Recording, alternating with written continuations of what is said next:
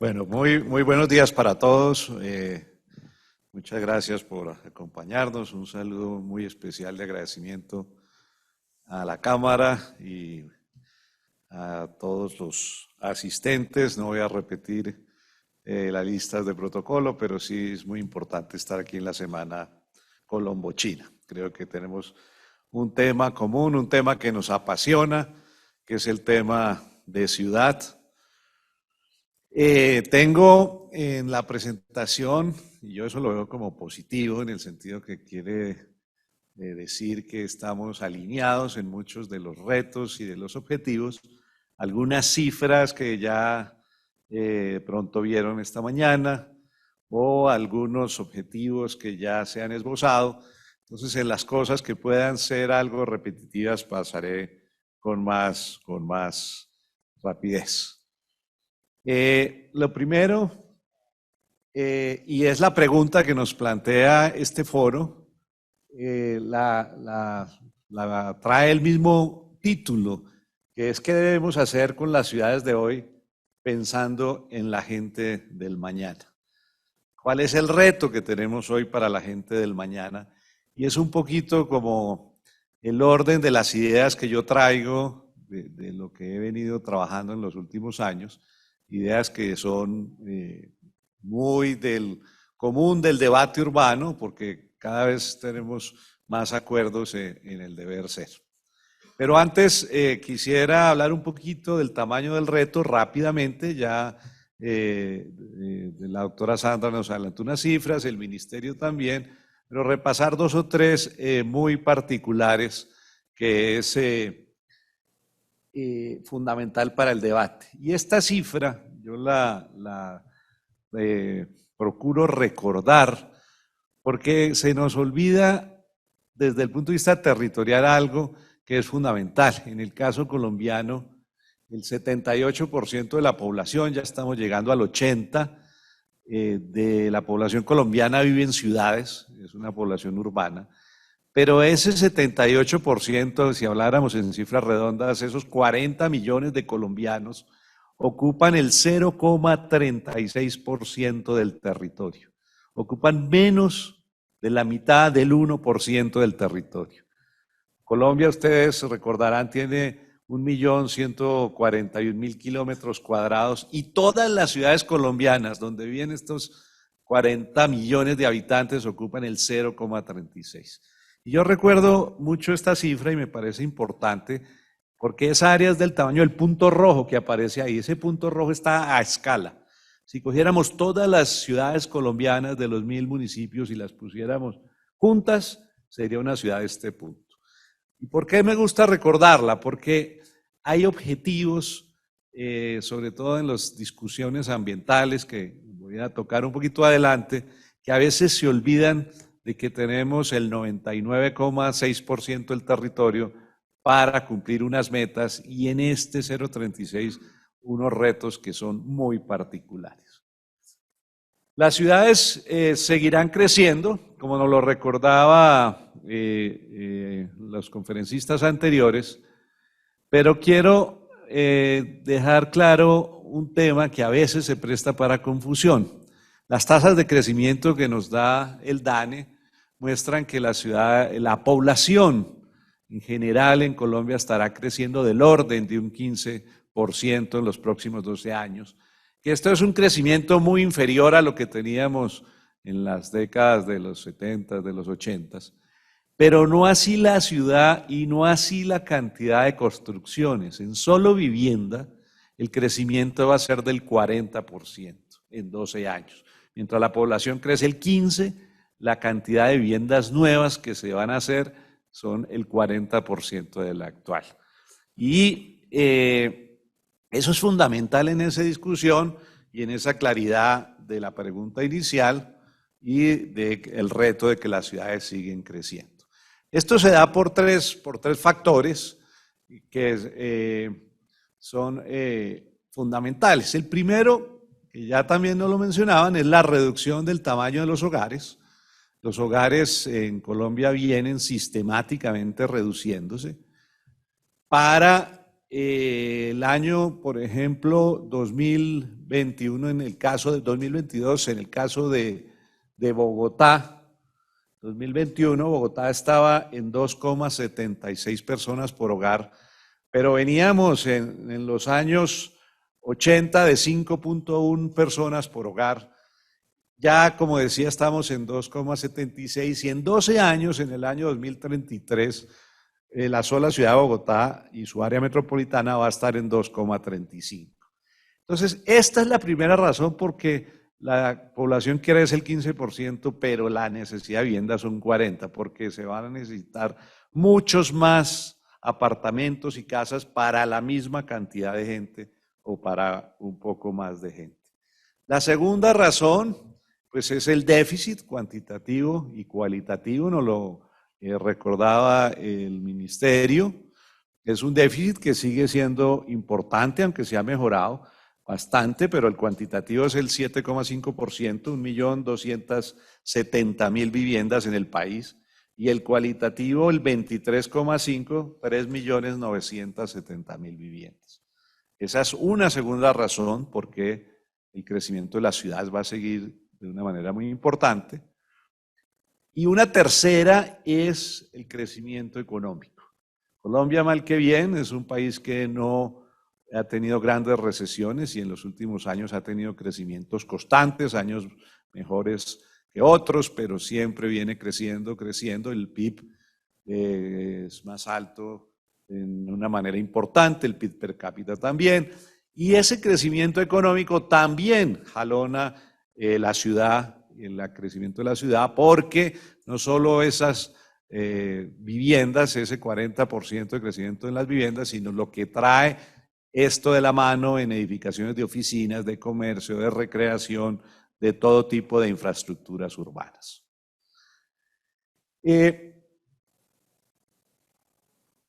Y si recordamos, para completar el reto, pues tenemos que tener en cuenta que nuestras ciudades han crecido de una manera importante, pero un porcentaje, una parte grande de estas ciudades sí han crecido mal por diferentes razones. Una, tenemos claro que las ciudades han tenido todas, unas más, otras menos, partes que han crecido donde no debe ser.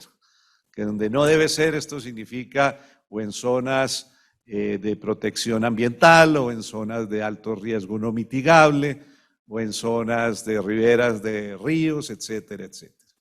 Esto es una realidad que tenemos y que es otro reto fundamental, pero no solo han crecido donde no debe ser, sino también hay sectores por su origen informal o formal que han crecido en sitios donde sí podría darse una buena ciudad, pero como no debe ser.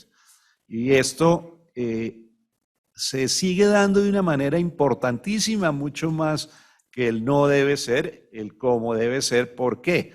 Porque muchísimos barrios en todas nuestras ciudades de origen informal han venido a través de los años creciendo de manera vertical, informal, lo que fue una casa de un piso, fue de 2, fue de 3, y hoy en Bogotá o en ciudades como Medellín uno encuentra barrios de origen informal ya muy consolidados con edificios de 5 o 6 pisos. Y esto claramente agrava problemas como el hacinamiento urbano, como la falta de espacio público, como las dificultades de movilidad, de equipamientos, etc. Y si le sumamos a este, no debe ser otra modalidad que desafortunadamente está disparada en el país, que es el crecimiento en áreas suburbanas en baja densidad. Y esto es un punto de encuentro en el Valle de San Nicolás, en Río Negro, en Medellín, un punto común en la Sabana de Bogotá, el Valle de La Calera, Sopó, Cota, Chías y en muchos sectores de la Sabana. Igual sucede en Cali, en Barranquilla, hacia el lado de Puerto Colombia. El área de crecimiento en zonas metropolitanas, en uso de norma suburbana, trae cantidades de problemas de sostenibilidad, de transporte, de muy bajo aprovechamiento del suelo, llamémoslo, de un desperdicio del suelo y de una exacerbación de los problemas de movilidad, de contaminación, etcétera, etcétera. Para redondear este tema, que también lo planteábamos, pues tenemos otro reto gigantesco en el que Colombia todavía se encuentra muy atrasada, con pocas excepciones, de la planificación a nivel metropolitano. Y yo lo hablo en temas de planeación más que de la misma institucionalidad, porque tenemos zonas donde está la institucionalidad, pero todavía la planeación metropolitana es débil, y otras donde ni siquiera existe la institucionalidad. Pero además la institucionalidad metropolitana, en mi concepto, sigue estando muy débil en el tema de planeación. Tenemos un país con un tema que políticamente es muy difícil de tratar y de modificar, pero con una autonomía exagerada municipal, donde cada alcalde tiene un poder muy fuerte en los temas generales, pero en particular en los de planeación, y es difícil lograr planificaciones estratégicas a nivel de una región, de una aglomeración urbana. Esta foto, editada para que se resaltaran las ocupaciones de la sabana de Bogotá, pues vemos cómo Bogotá tiene una virtud que buscan hoy todas las ciudades del mundo que pretenden ser sostenibles, de ser densa y compacta, pero se reventó este proceso de urbanización del otro lado del río Bogotá, y vemos cómo todo está en proceso de ocupación. Ahí vemos el valle o la zona de la sabana de Cota, Chía, Cajicá, Zipaquirá, la zona de Tocancipá, la zona de La Calera, Sopó, todo igual hacia el oriente de Funza, Mosquera, Madrid, Faca.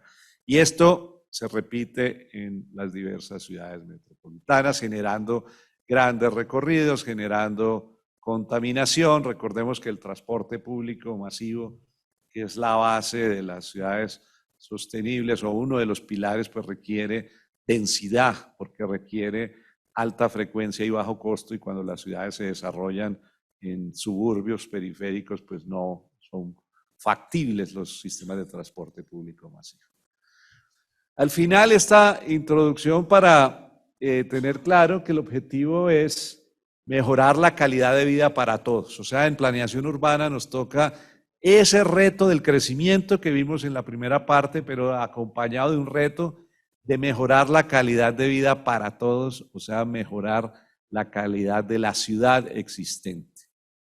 Y pues se viene desde hace varios años dejando claro desde Hábitat 3 el concepto del derecho a la ciudad, pero la pregunta en cada país, en cada contexto, en cada geografía es ¿a qué ciudad? ¿A qué ciudad? Todos tenemos como ya ese consenso de que tenemos derecho a la ciudad, pero la pregunta de fondo desde la planeación urbana es ¿a qué ciudad? ¿Cuál ciudad es la que nos va a dar la calidad de vida? Y recordar que cuando se planea una ciudad, un sistema de transporte, una densidad, un modelo, se está, en otras palabras, definiendo una manera de vivir, porque las ciudades, según se hagan, bien o mal, definen una manera de vivir de la gente. Y surgen muchas preguntas que deben ser respondidas desde la planificación urbana, de una planificación urbana lógicamente multidisciplinaria, con personas que se dediquen a la economía urbana, al derecho urbano, a la sociología, al tema ambiental fundamental y lógicamente a la arquitectura y al urbanismo. Pero una de las principales preguntas es, ¿dónde deberían crecer estas ciudades? ¿Dónde deberían prever ese crecimiento para esas viviendas, para todas esas edificaciones? ¿Dónde se debería habilitar el suelo para el reto que dejamos planteado? Y ahí aparece el debate de si todo es renovación, si todo podría ser expansión, si más bien a través de ciudades satélites. Debate que al final busca que sean ciudades más sostenibles, ciudades más humanas, pero debate que ya entra en las posiciones particulares, y en el caso de lo que yo creo y lo que quiero compartir es que se requiere de todo. Se requiere de una renovación urbana, se requiere de una expansión, se requiere de un agregado de todas las opciones y oportunidades que dan las ciudades, pero lo importante es el cómo y el dónde. Por ejemplo, la renovación urbana, fundamental para recuperar zonas en desuso, zonas de alto deterioro o zonas que no tienen deterioro pero que tienen un potencial gigantesco por localizaciones estratégicas y que deberían desarrollarse, redesarrollarse, renovarse para generar suelo. Tiene unas posibilidades inmensas, pero también tiene unas dificultades grandes. Por ejemplo, cada vez está más claro que la calidad de vida urbana está muy soportada en el espacio público. En las zonas de renovación, pues uno de los grandes retos es cómo densificar ciertos sectores de ciudad, pero a su vez generar estándares adecuados de espacio público. Y lo otro que esté dentro del soporte del transporte público masivo. Entonces, renovación urbana con soporte es algo con lo que todos estamos de acuerdo, pero deja una pregunta muy importante: ¿cuál es la velocidad de gestión de la renovación urbana? ¿Es esa velocidad suficiente para responderle al reto, para suplir esa demanda de generación de suelo que veíamos al principio?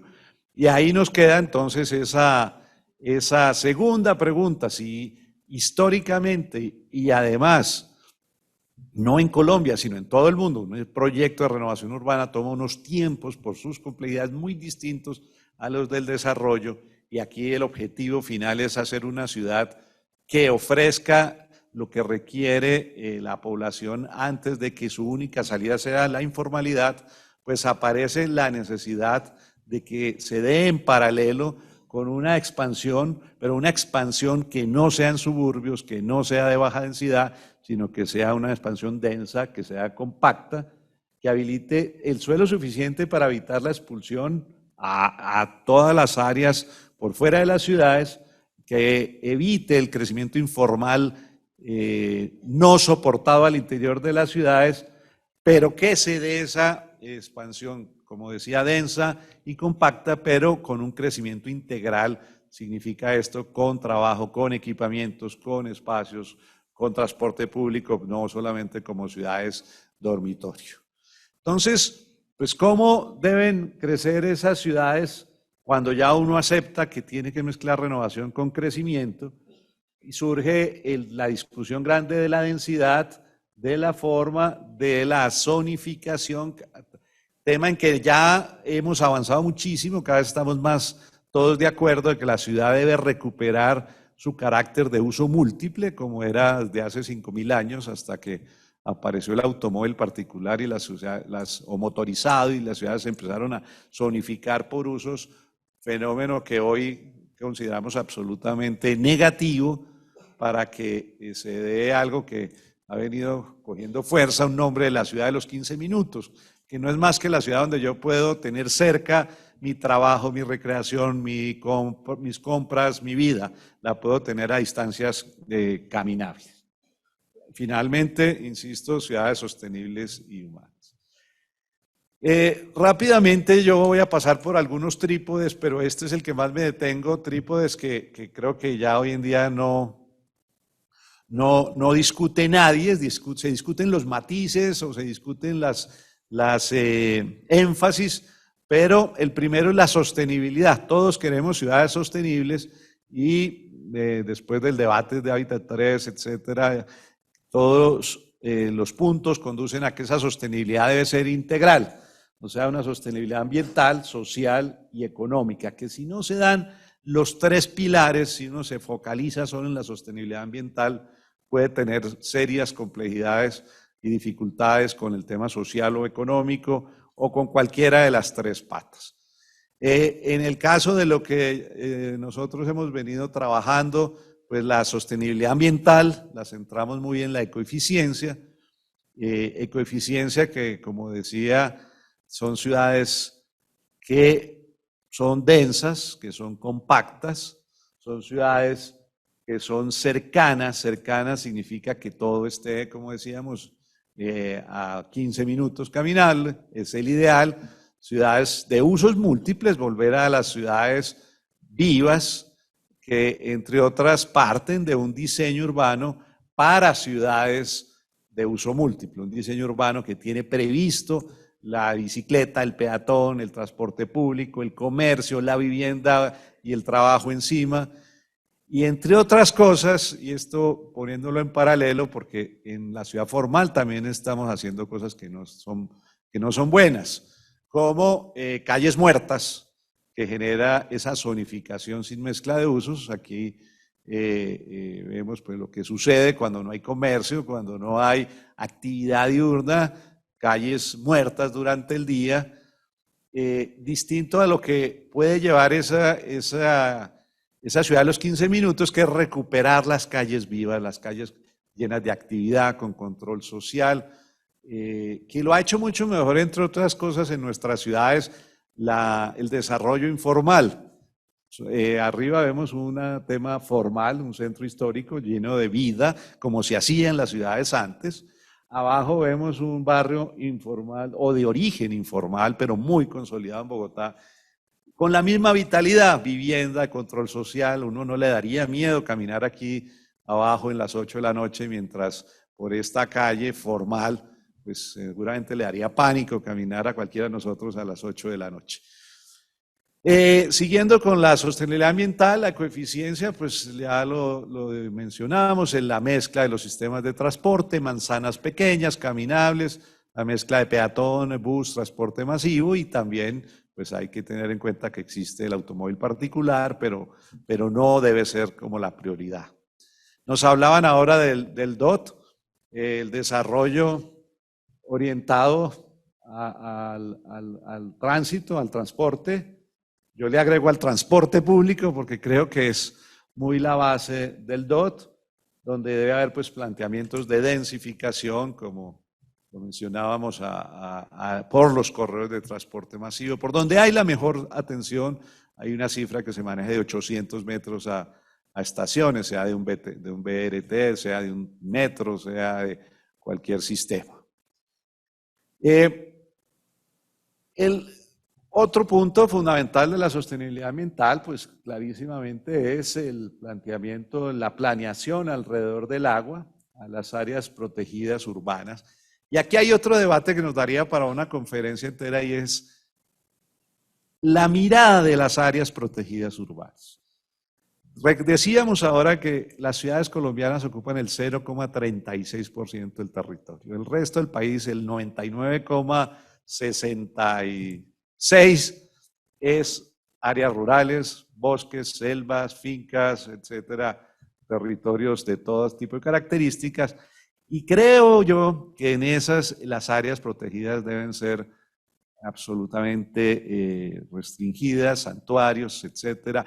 Pero en las áreas urbanas creo que existe un servicio ecosistémico, un animal en particular, que es el ser humano. Esos 40 millones de colombianos que viven en ciudades, pues tienen un derecho al verde por su salud física, por su salud mental, por su tranquilidad. Ese verde para la gente creo que es un reto, y aquí, como decía, hay un gran debate de que las áreas protegidas urbanas deben tener entre sus servicios que la gente las pueda usar responsablemente. Los ríos, que uno se pueda ir a caminar alrededor del río, sentarse, los cerros, que de una manera planeada y controlada se puedan recorrer. Pero estos 40 millones de colombianos requieren áreas verdes. Y ese manejo diferenciado trae otra fortaleza, y que lo resalto abajo, y es que lo que no se conoce no se valora, y lo que no se valora no se protege. Y eso nos pasa en el caso del río Bogotá. Si todo el mundo tuviera posibilidades de ir los sábados, los domingos al río Bogotá, fuera un gigantesco parque lineal, pues estoy seguro que la cantidad de amigos del río sería inmensa. Pero como el río siempre ha sido un poquito la parte de atrás, a pesar de que ha tenido sus franjas de de protección, etcétera, pero no hay un aprovechamiento responsable de ese verde. Por último, en esa sostenibilidad ambiental, pues todos tenemos también un paradigma de ciudades resilientes, ciudades que se adapten a las circunstancias, ciudades que cada vez tienen problemas más serios por adaptarse a situaciones más complejas ahora con el cambio climático. Pero sigamos porque se me van acabando mis 40 minutos, con el tema de sostenibilidad social. Yo creo que en el caso colombiano lo más importante es trabajar las ciudades hacia la equidad, en esa búsqueda de la sostenibilidad social, y ahí empieza a sonar mucho lo que manda la Constitución cuando dice que el interés general prima sobre el interés particular.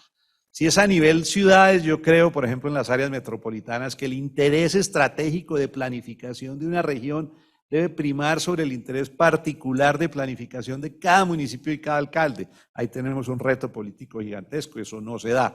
O a nivel de la misma ciudad, de una calle, de una avenida, pues el interés o el área que se le destine a una línea de metro, a una línea de bus exclusiva, pues debe ser más importante que la que se dedique a automóviles particulares, por simple razón de que va mucha más gente usando el transporte público que el transporte individual. El mayor generador para mí de equidad en una ciudad, de calidad de vida en una ciudad, es el espacio público peatonal, los parques. El espacio público es un bien escaso que debemos buscar permanentemente, y el gran reto de estas grandes ciudades consolidadas, como lo muestra una foto arriba del occidente de Kennedy Bosa, en Bogotá, pues es generarle espacio público a esa ciudad.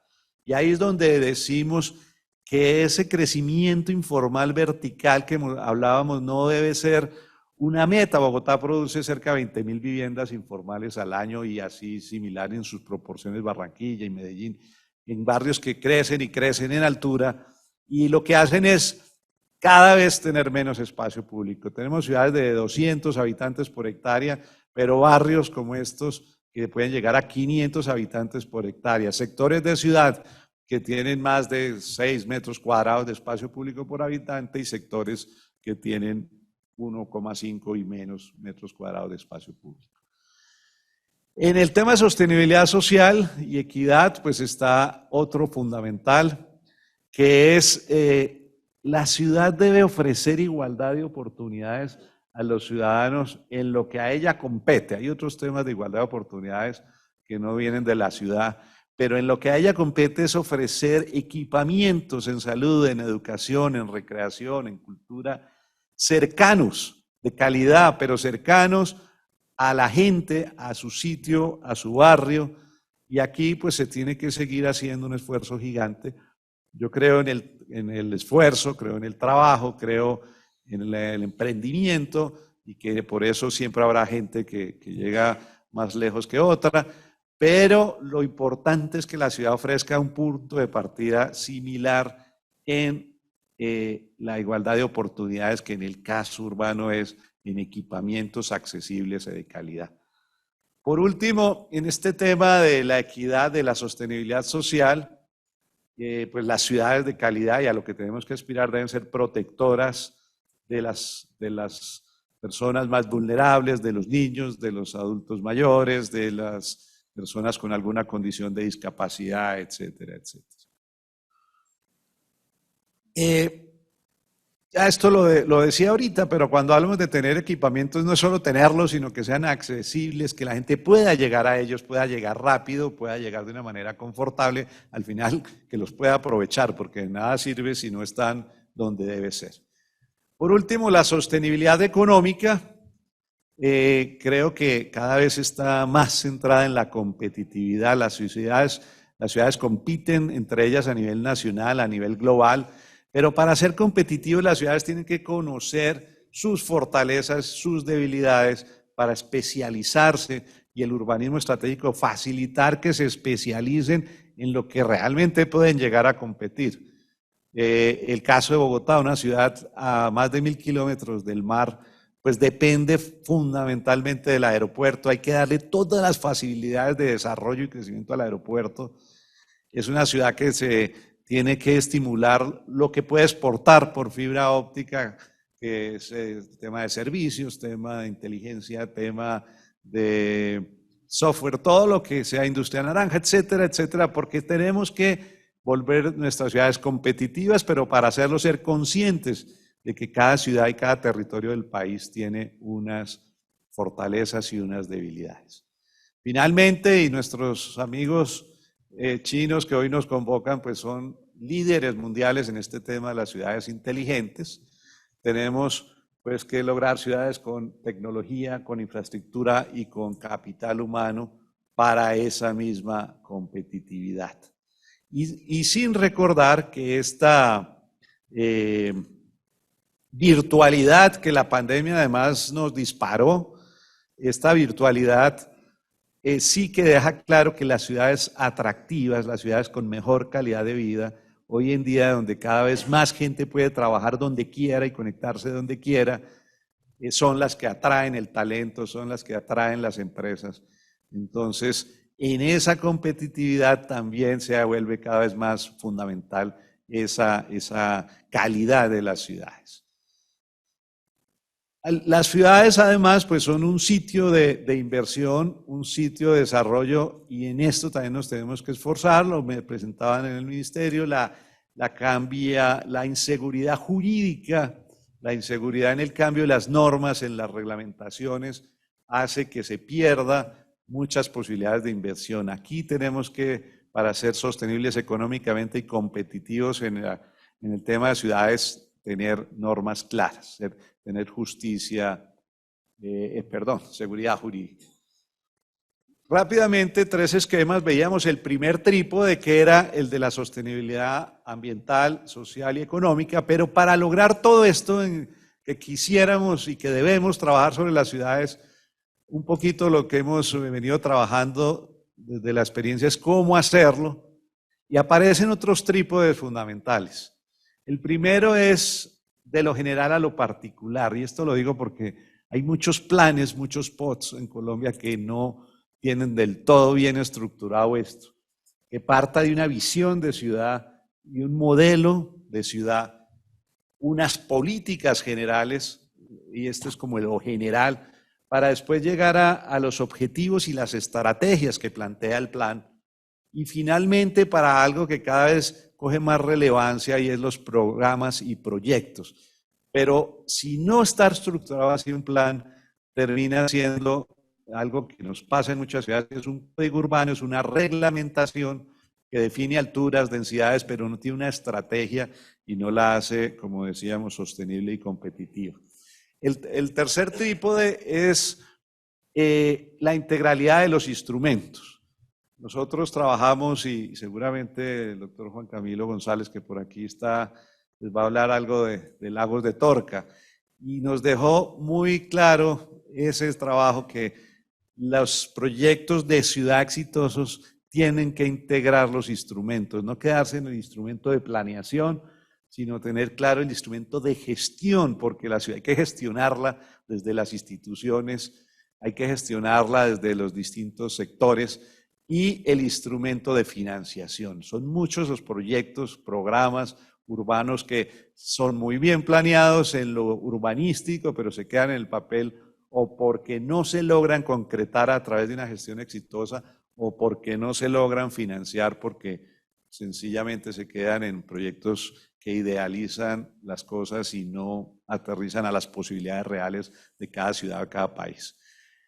El cuarto trípode que quería resaltar es el de los actores fundamentales, y cada vez también es más claro que para ser exitosos gestionando la ciudad hay que tener en cuenta los tres actores fundamentales.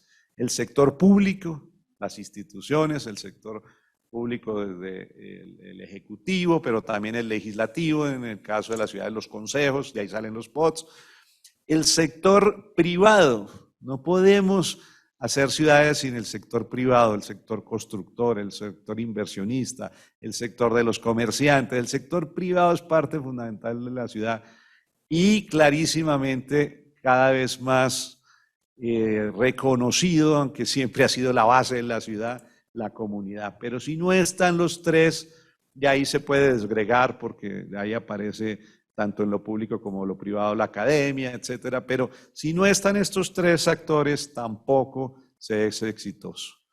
Y un último trípode que sería el quinto sobre las escalas.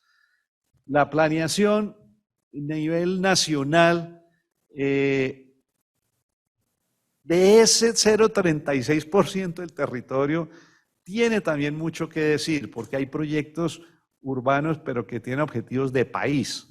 Hay proyectos urbanos que tienen objetivos de país y ahí entramos en temas de aeropuertos, en temas de conexión entre ciudades, en temas de puertos, en temas de muchas cosas que se planean a nivel nacional, pero que tienen que tener esa visión urbana. Por ejemplo, recuerdo un debate en que participé con la Dani hablando del aeropuerto El Dorado 2 y había todo un trabajo de cómo era El Dorado 2, pero estaba muy olvidado todo lo que ese aeropuerto iba a generar en mover el centro de gravedad de las vías, del transporte, de la vivienda, del trabajo.